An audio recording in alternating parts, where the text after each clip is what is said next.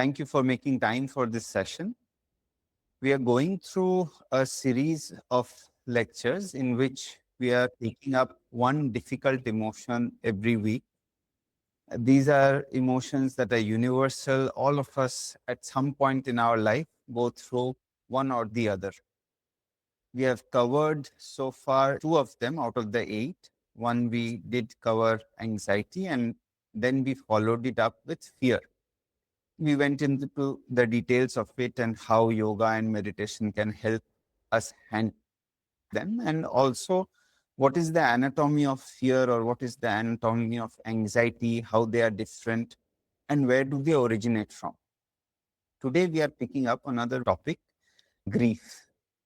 Grief is something I don't think any human being alive has not experienced. It is our attempt to understand grief so that if there is a possibility of any transformation or any change that we can bring about in ourselves as we experience grief, if there is an opportunity to grow through our grief, we should try to look at that.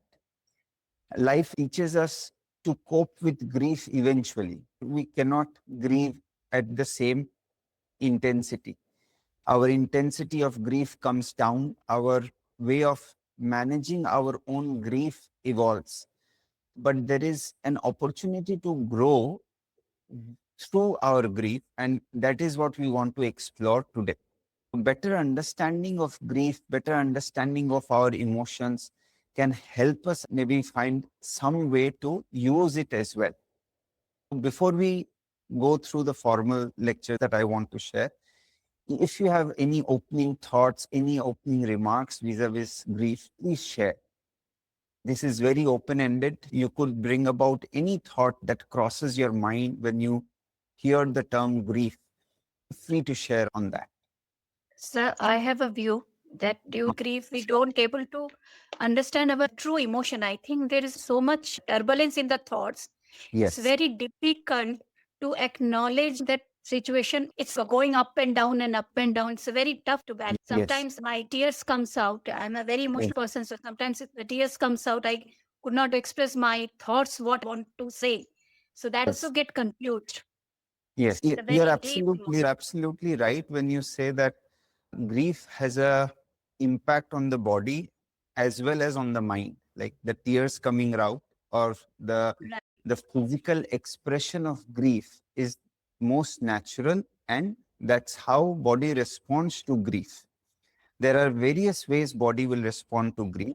Crying is one of them, and becoming numb is at the other end. So you will have people who are crying and who cannot be consoled in any way, while you will have people who have gone stiff and totally emotionless when they experience grief. So these are both extreme spectrums, but both are valid responses to grief. Similarly, a person becoming cognitively numb is very natural when he or she is experiencing grief, which means your ability to respond to the situation is taken away, as if you don't know what to do and you are frozen in time. That is a natural response to grief. At the same time, you becoming restless and hyperactive, as if you want to reorder everything and make sure that everything is all right, even though nothing is all right at that moment. That extreme desire to set everything right, whatever is in your control, you will go out of your way to set everything right externally. That is another expression of hyperactivity that comes out during grief. So grief has extreme emotions that come out, and extreme cognitive response also is available when we are experiencing grief. So you are right there. Thank you, sir. I have seen my mother-in-law when my father-in-law was died. She was not able to cry or express her emotion. She was numb. Yes. Yeah, and so much pain she's going through. Absolutely, it is resonating. Thank you. Yeah. Thank you for sharing your thoughts. I want to start off with a story discussed at various textbooks in Buddhist philosophy. So there is Dharmapada's writings where he shares a story of Kisa Gotami. It is a classical example of Buddha teaching how we handle grief. Let us first go through that. If you're not aware of it, let me bring that up, and then we will expand on our understanding of grief. I have four distinct sections today. One, I want to take up through the story of Kisa Gotami. Then I want to discuss how modern psychology describes the definition of grief and what are the different aspects of grief that are defined in modern psychology. Then we go to Bhagavad Gita, because first chapter opens with Arjuna Vishada Yoga, where Arjun's grief and its solution through yoga is being provided in Gita. So the first chapter of Gita is not about conquering or winning over wrong, nothing. It is about how to deal with Arjuna's grief and his emotional meltdown. We take up learnings from that first chapter and the solution that Krishna provides in the second chapter. As we are doing that, we have to understand the anatomy of attachment. Whenever we talk about grief, attachment will come up because it is our attachment, our love to our near and dear ones that results into the deepest form of grief, the loss of people we love. That is the primary and most profound way people experience grief. Other forms of grief we will discuss. These are few of the topics I want to explore today. First of all, the story of Kisa Gautami. During Buddha's time, where he's setting up a camp near one of the villages in North India, there is this lady named Kisa Gautami. So she is not respected much in her family. Then she gives birth to a beautiful boy, and that leads to her respect going up in the husband's family, that she has given birth to a boy. And that boy has just started walking and he is immensely loved by the mother and the family as a whole. But the mother is in total love with that boy. He is just about to start walking and he falls ill and he dies. And the mother cannot come to terms with the fact that he is dead. So she is constantly knocking on the door of each and every person in the village, stating, give her a medicine so that her sleeping child wakes up, not acknowledging the death at all. So some of them are scared. You are carrying a dead body to each and every household, and so they shut the door or they shoo him off or think that she has gone mad, etc. So one elderly man, who was the wise man of the village, tells her that, see, I don't have the medicine, but there is Buddha who is camping outside the village. He is the person who may have a medicine. So she goes to Buddha. She's carrying her dead boy and she reaches Buddha and she's asking, give me the medicine so that my child wakes up. So Buddha understands the situation, and with empathy, compassion, he says that, all right, I'll give you the medicine, but you go to your village and bring me back some mustard seeds. Mustard seeds were common in that village. So she thought it's a very easy task. She will bring back mustard seeds and that mustard seeds will be blessed by Buddha and his child will wake up. But Buddha puts a condition in between. Buddha says that, see, you will bring back mustard seeds, but you have to find out a house which has not experienced grief like death of a child, of a spouse, of a parent, of a sibling, or of a servant. So if there has been no death in the house, then only bring me the mustard and I will help you out with that medicine. Or rather, that mustard will become your medicine. She goes to the first house. She knocks on the door. The person says, in my house, there has been many deaths. How many deaths should I recount? Then she goes to the second house. Then somebody says, daughter passed away 2 years ago. Then she goes to the third house and the fourth house and the fifth house. And by the time it is sunset, she's exhausted and she's contemplating. She finds out that she's not alone in the grief that she's experiencing. And it is selfish of her to think that her grief is the greatest grief of all. With that knowledge, she goes back to Buddha. Buddha is asking her, where are the mustard seeds? She replies that mustard seeds have done its work, and then she becomes a nun in Buddha's order and finally attains salvation. So that is the story of Kisa Gotami, where she understands by experience that Buddha let her go out in the open. He did not give her a sermon or anything. He just asked her to experience reality. So experience of reality, bit by bit, de-escalated her suffering, or rather her denial that her child is dead. So that de-escalation of denial with that experiential learning that she learned through experience, that she is not isolated in her suffering, that grief that has visited her is not the only grief that has visited the world. So her grief is not unique, is something that led her to realize that grief is intertwined in the way that universe is constructed. So one, experience. Two, de-escalation of denial through reality check. And three, she understood that her experiences are not isolated. And in that way, she understood the design of the universe. This is a very good story to contemplate upon when we try to understand grief, try to understand our own grief, or try to understand the grief of our friends and near and dear ones. And when we feel totally helpless as to what to do with life and the loss that we have experienced, there is no one who has not experienced loss. And we all have had our own mechanisms to handle our loss. Like you all have seen so much of life, and we all have gone through extreme losses in our life, like near and dear ones passing away. And we have all managed to overcome in our own way. Our methods have been different. We may not have read philosophy, we may not have gone to therapists for it, but eventually we have managed our grief, our loss, our feeling of extreme pain. That's how the universe is designed.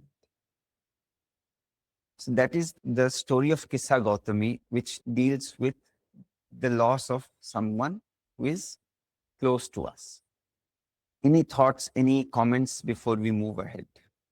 Am I audible? Yes.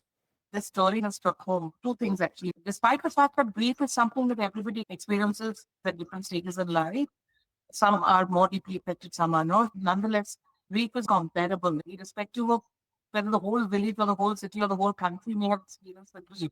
The individual who's going through it at that point of time very rarely finds consolation in the fact that it's very difficult to logicize at that point and understand that this is not something that I'm going through alone or I'm being selfish because I'm getting trapped in it. It's very difficult. That kind of objectivity comes only with time and some amount of natural healing that happens. But the initial intensity is very difficult to pass his or her own coping mechanism. The fact that everybody is going through it is sometimes not consolation enough. If you look at our scriptures, when Ram was given Manvas and he was leaving, Dashrath goes through immense grief, described as it led to his blindness, loss of eyesight, and then eventually he died of a broken heart. Then you have Arjuna's grief of not being able to fight his war. It's not that grief is not discussed in scriptures or is hidden away. Highest of high, our icons, our heroes, our avatars, all of them experience grief. And grief has a place in our spiritual. There was a catalog of emotions. Grief will be available to us rightfully. If grief was not available to us as human beings, we will not have something called compassion. So grief is natural, it is prevalent, and there is an opportunity within us to grow via our grief. Case in point, peace of Vrindavan, experiencing grief when Krishna goes away. So they channelize that grief into bhakti.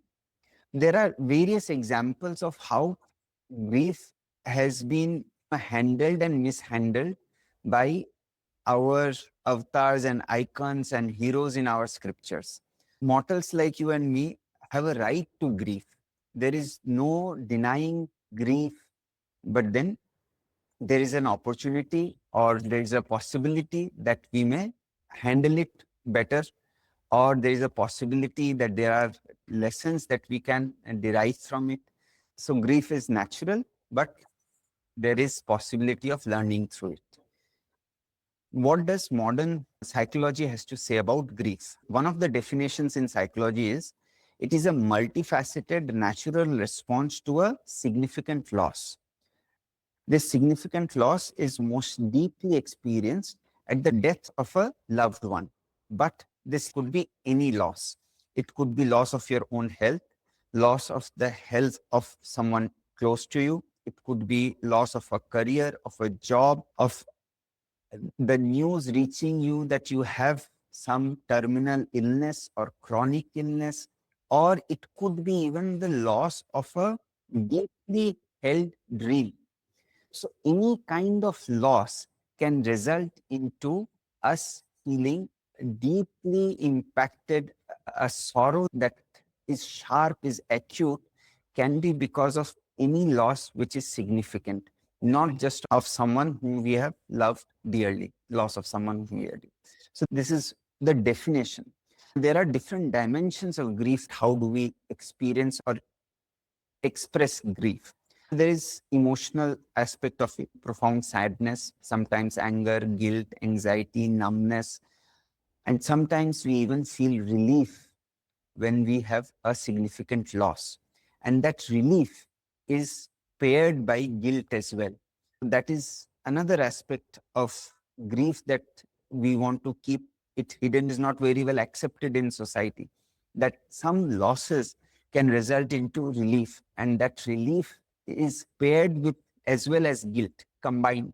So this is something that we must understand more deeply. There is a cognitive response to grief: disbelief, confusion, difficulty in concentration. You cannot concentrate properly. There is preoccupation with the loss. Continuously only you are thinking about the loss. In some cases, you have hallucinations. Physical response: extreme fatigue, changes in some feel extremely hungry, some do not feel hungry at all. Loss of sleep, which is very common. Sleep patterns get disturbed. Churning of the stomach, there is stomach upset, there is tightness of the chest, your whole body feels very stiff, sometimes it feels numb. So there is a direct physical response because of grief. And then there is a behavioral response to grief, where you withdraw socially, you become very restless, you go through crying spells, you avoid meeting people, or you seek out people. So emotional, cognitive, physical, behavioral, these are different ways we could look at how people are dealing or how people are expressing their grief. It is important for us to understand the bifurcations of our expression, because sometimes we are not grieving, but we are by the side of the person who is grieving. We should understand there are multiple ways people grieve, and we should be available to that person. We want to help our friend or someone in the family who is grieving, and if we want to help them, the best way is to be non-judgmental and be observant of differently from every day. Any deviation from their normal behavior could be due to the grief that they are experiencing, and you should be around them to help them with that. Understanding grief or the different dimensions of grief is important from a perspective of helping others. Now, there are different psychological frameworks that are there to listed as to how do people cope up with grief. There is a loss-oriented coping, and then there is a restoration-oriented coping. So loss-oriented coping is that you feel like crying, you feel the pain, you look at old photographs of people, or you think about their absence and things that remind you of their absence, you reach out for those things. Then there is restoration-oriented coping, where you are focusing on the new normal, which is you have lost someone and that loss is real, and you are trying extremely hard to remind yourself that this is the reality. Especially, you can see that, say, for example, a husband has lost his wife and there are young children. Mother had a set of responsibilities that father was not involved in. And now the new reality is that the father has to execute those responsibilities. The father has to participate in feeding the kids, no matter how sharp is his pain. So he has to cope with the new reality and get going. So that is your restoration oriented coping, where you are trying to understand the new normal and take actions so as to fill the void for the things that the other person was responsible for. You're trying to fill that void as soon as you can. So that's slightly unnatural because of the pace of restoration, but then that's a mechanism people cope up with. So this is the dual process model, and psychology explains that you go through one mode to other, you oscillate between that. Some people go through the loss oriented coping more than the restoration oriented coping, and vice versa. Then comes the 4 tasks of mourning. You accept the loss, so the reality of loss dawns upon you. Then you go through the process, the pain of grief, you experience that in its fullness. Then you try to adjust the world based on your loss of a person. You try to adjust your world accordingly. If it's a loss of health, you try to arrange your world accordingly. If there is a loss of career, you try to your world accordingly. If it's an earthquake or a flood, if it's a natural calamity, then you try to arrange your world accordingly. So that's where you are arranging the world. And then the 4th stage is to find an enduring connection with the past while embarking on a new life. This is what you call a mental closure, so that you accept the new reality. You are arranging the world around you, and then in your mind, you are connecting, creating hooks so that you never forget the person or the thing that you loved. And then you are trying to continue with your life as well. So these are 4 tasks associated with grieving in modern psychology. Definition, dimensions, coping mechanisms, if extended, they will be broken down into these 4 tasks. This is how modern psychology sees grieving. Thoughts, comments, please share if you have any. So, one thing about this, you said that significant grief and guilt. I have gone through that phase because when my parents died, my mother was going through this dialysis. She was having kidney problem, but the way she was suffering so much, I felt as early as possible she should not suffer more and she should be relieved. But Yeah. that guilt also feeling is coming, that why Yes. I'm feeling like that, because being a Yeah. mother, Right. that attachment, that emotions is also, but Yes. seeing her physically, she is suffering. This point is very valid to my life, that initial that give me relief when she left this world. Yes. Guilt feeling is always there. Did I pray Yes. wrong? I should not pray like that. It takes 2-3 years to overcome that emotion. Thank you for pointing out that point. It's a Yes. very subtle, but it Yes. happens. Really happened. Those who are the nearest caregivers, like you are treating your mother who is terminally ill, and you can see the suffering of your mother firsthand. So Right. other than you, nobody is in the position to understand her suffering in totality. Correct. You see her, you have seen her in health, you are seeing her in suffering, totally bedridden. So generally what happens, we are predisposed to thinking that caregiving means longevity of life. Like, as long Correct. as I can hold on to that person, that's great for me. But then, if that length of life results into suffering, then only the person who is the closest will know that suffering. And hence, probably you are the only person who could emote with relief, because Right. that relief is also true for you. Loss of your mother is real, and the relief that your mother is not suffering is also real. So we have multiple emotions because grief is a multifaceted emotion. It comes out like that. So you are the only one who is in a position to feel relief because nobody has seen her suffering like you have. Correct. This makes your situation tricky because you cannot validate your feeling with anyone else. They will take it different way. Absolutely. You're Yeah. praying to relieve her, and they are not in that situation. They are not, because I'm close to my mother that time. So You are the caregiver, you are the daughter, and you are seeing her suffering, and you have seen her in hell. So you seeking relief for your mother, and that your mother is no longer suffering, is the relief you experience. So, absolutely. so that's how we have been trained to think by society, but we should be very comfortable with the fact that our actions speak more than our words. So you are the one who is giving her care till her last breath. That is your action. You're not running away from it. And that speaks way louder than any guilt or any outward show of care or thought or loss people are. So you have been working with your mother through her pain, not anyone else.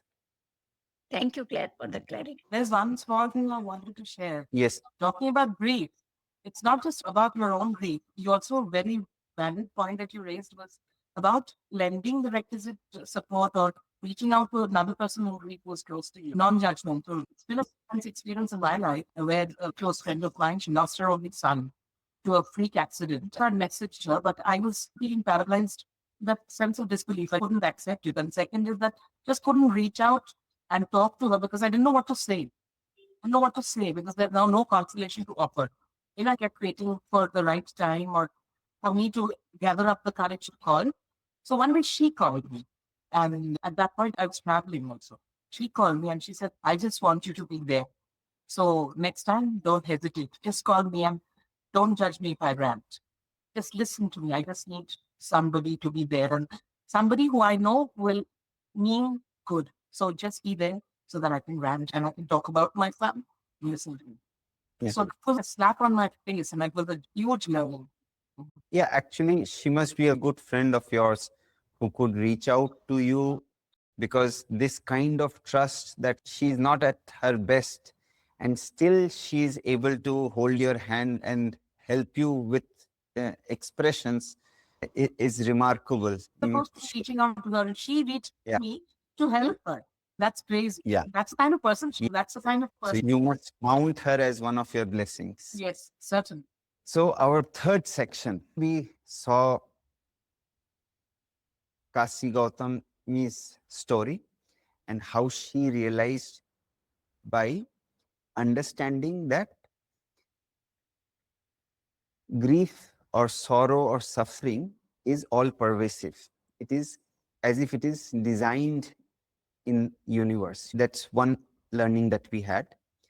Then we went through different aspects of grief and sorrow, especially grief born out of loss of a near and dear one and how modern psychology defines it.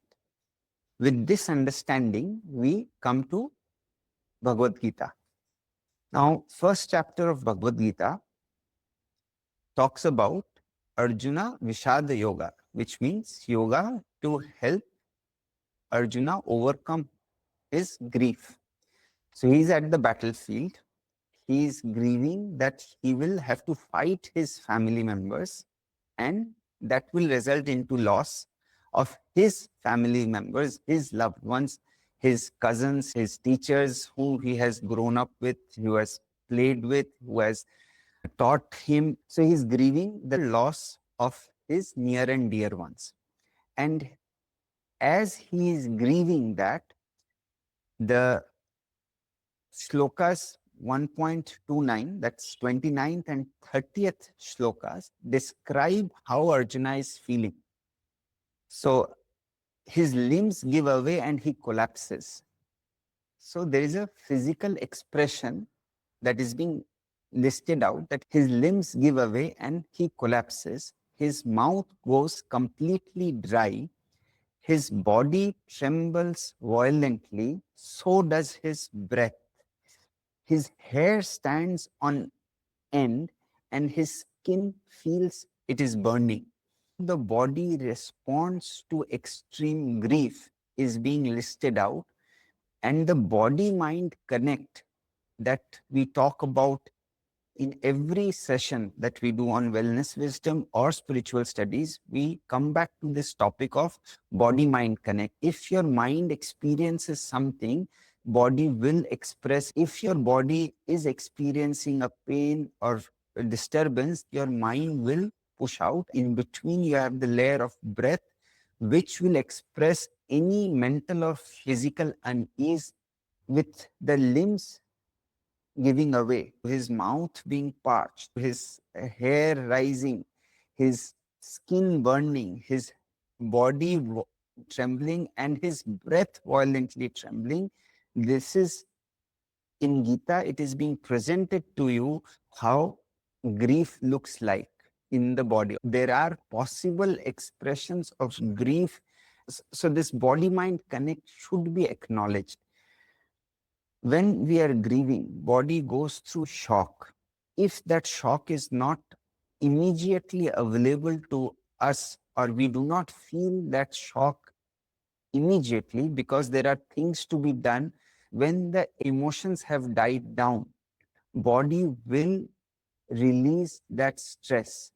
So that stress can happen right when you are experiencing grief. There can be a delayed response of the body because your mind becomes so hyperactive, over controlling of the body. When you are experiencing grief, that body does not get an opportunity to express grief. So irritable bowel syndrome, hypertension, high blood pressure, sleep going totally haywire, unable to concentrate, getting hurt because you are unable to concentrate, mild injuries happening here and there, you falling or tripping over. These are various things that can happen after the extreme emotions have died down, because body has not settled back into. So body's response to grief will always come, whether in the here and now as you are experiencing grief, or later on when you have experienced grief, or you have seen someone who has gone through extreme emotions. Be mindful of taking care of them and yourself. Be easy on yourself for months to come. Be easy on people who have experienced grief for months to come, because their body takes time to get back to normal. Even if they have not shown any outward signs of physical imbalance, that imbalance will show up in one way or the other. Taking it easy post the extreme emotions have died down is important. Body mind connect, or letting out of that grief through the body, is also very important. One important thing to remember. This is Arjuna experiencing grief. Arjuna is the warrior. He's the best student that Dronacharya had. He's the one who can focus. He's been held in superlative terms up till the point where he breaks down because of grief, because of extreme emotions. So breaking down is allowed, but then you have to outgrow, you have to learn and then outgrow that. So that's the next part. Comes the second chapter, where in Shloka 2.11, Krishna is explaining Arjuna that what you are grieving for is not worthy of grief. He points out two reasons why you are grieving. He says that there is possessiveness or moh or attachment that you are experiencing, and that attachment is like a psychological grasp of ownership that you want to exert on people you love.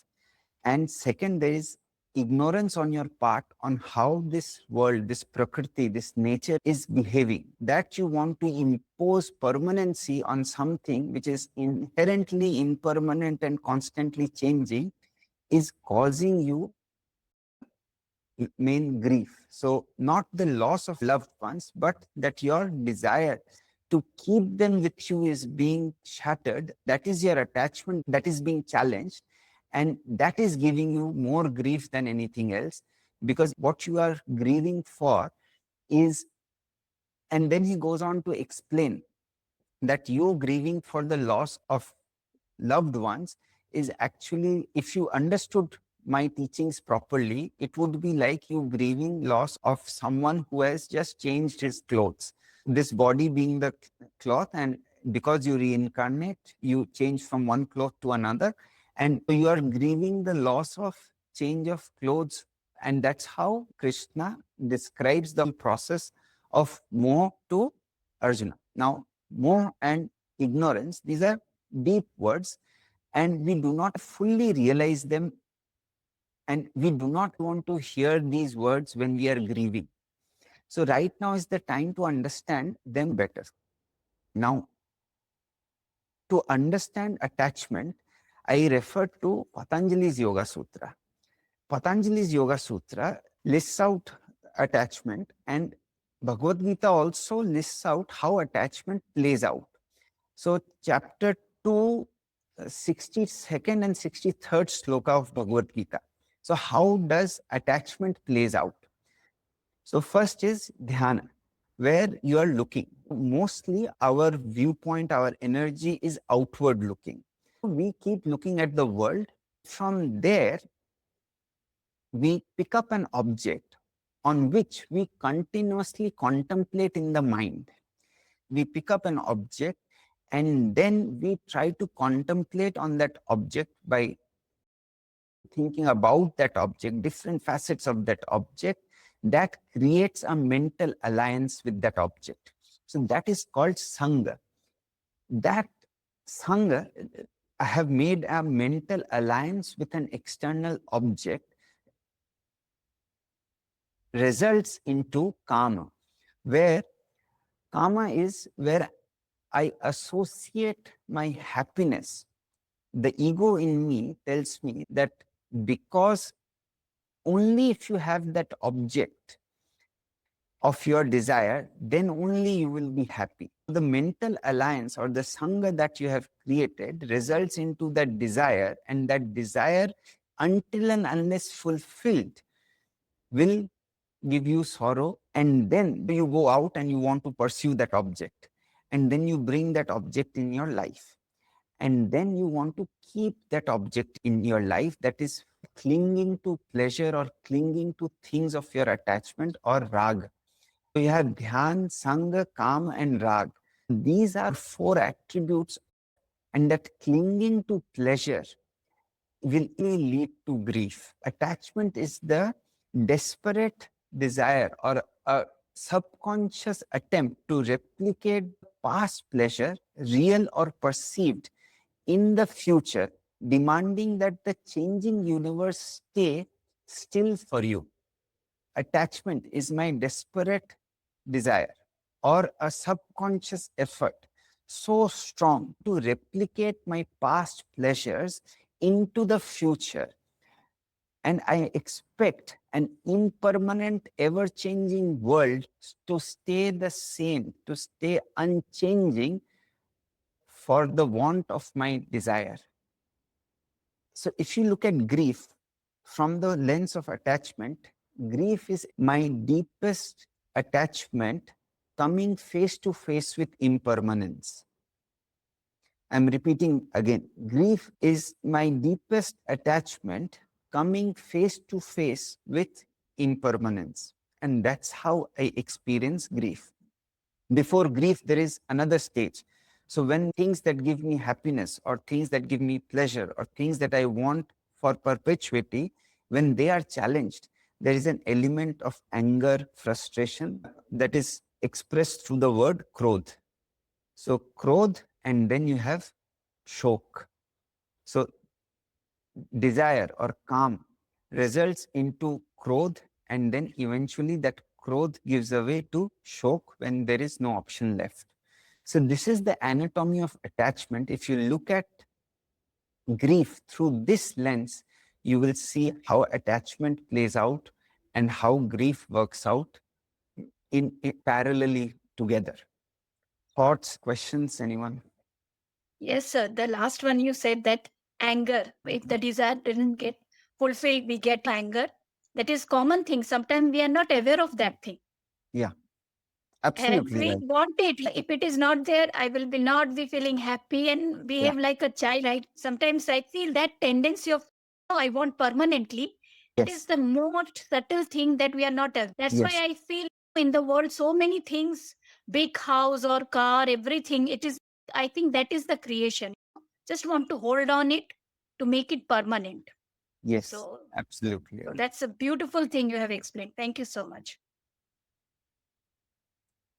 So there are other concepts that are available vis-a-vis attachment. I'll just list out a few things. Discriminative power or discrimination is extremely important when we are talking about attachment and grief, because a human being without love will be devoid of essential qualities to be human. A human being without compassion will be devoid of essential qualities to be human. So, to distinguish between grief and to understand that grief is not a destination, or it's not a permanent emotion that we experience, it is a transient emotion, and the intensity of grief also varies with time. To understand grief that we experience and to say that because I am not attached to anyone, I will not experience grief. That is not the purpose of yoga, or that is not the purpose of philosophy, because then you will lose out on emotions that you are endowed with. So, to have the discriminative power to understand the difference between what is actually grief and how do we work with it, and how the nature of grief changes, and how with time it changes, that realization we should have, that the intensity of the pain will give space to gratitude and feeling of blessedness that you had an opportunity to have time with that person, and then that will result into to model your life from that experience, that you learned something and you want to live your life with some of the ideas that you have borrowed from the person who is no longer in body. So that's how grief transforms. And to do that, you need some kind of discriminative power. If you are held back by the idea of extreme pain, then you are unable to apply that discriminative power, which means that you are not allowing yourself to grow as a human being. So, grief, which comes with extreme pain, should result into gratitude, should result into learning, should result into application. When we talk about non-attachment, we are not talking about mm, forgetting the person who we have just lost. It is about transformation of that extreme pain into something more constructive, something that will help me evolve. The Western concept of time is linear. If something is no longer there, is no longer there forever, past, present, future. But Oriental understanding of time is cyclical. Nature works through cycles. Life, death, rebirth works through cycles. There is continuity of consciousness, of thought patterns, of expressions. So, cyclical nature of time, along with proper understanding of non-attachment, this is the discriminative power that we need to work upon if we want to transform our grief into something. I want you to contemplate, how do we grow if we have experienced grief or miss someone in our life? What is it of that person that I can emulate or bring out in real life? Or how can I honor the person who has passed away through the life that I am leading? I just want to say this thing was celebrating the person and they're trying to imbibe the values or the learnings or tools that are cherished in your life rather than moping or wallowing in self pity is something that allows you to heal. That's something that I personally have experienced as well. And another thing is, you're talking about guilt, right? There's another aspect of guilt in healing some people experience. When they are healing, they don't want to let that happen. They reject it sometimes, especially when you're a child. I've seen that in certain cases. No blame, I'm not being judgmental because sometimes people feel that healing is you're forgetting, the intensity is diminishing, the grief is diminishing. That sometimes sparks a sense of guilt. Seeing that, which is not correct, but nobody to judge. It's difficult for that person to decipher at that stage. Sometimes people reject healing because they feel it is going to reduce the intensity of grief and they want to clutch onto that grief because that keeps the person alive in their mind. All I will say is that this guilt of not letting go of grief, we should understand we do not really need to prove anything to anyone by grieving. We do not need to prove ourselves how dearly we loved someone. Bring clarity of emotions in every relation, and that will help you when someone is no longer there to be clear enough that how much you loved them.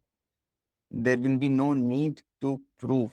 Articulate your emotions, articulate your love openly to everyone. And that will help you handle when your doubt that how much did I love someone? That will no longer be a question that you need to prove. Thank you so much. We could have discussed grief in so many more ways, but we stop here today. Thank you so much. If you have any questions, any thoughts or comments, feel free to share over WhatsApp. We'll take it up again. Thank you, everyone. Thank you.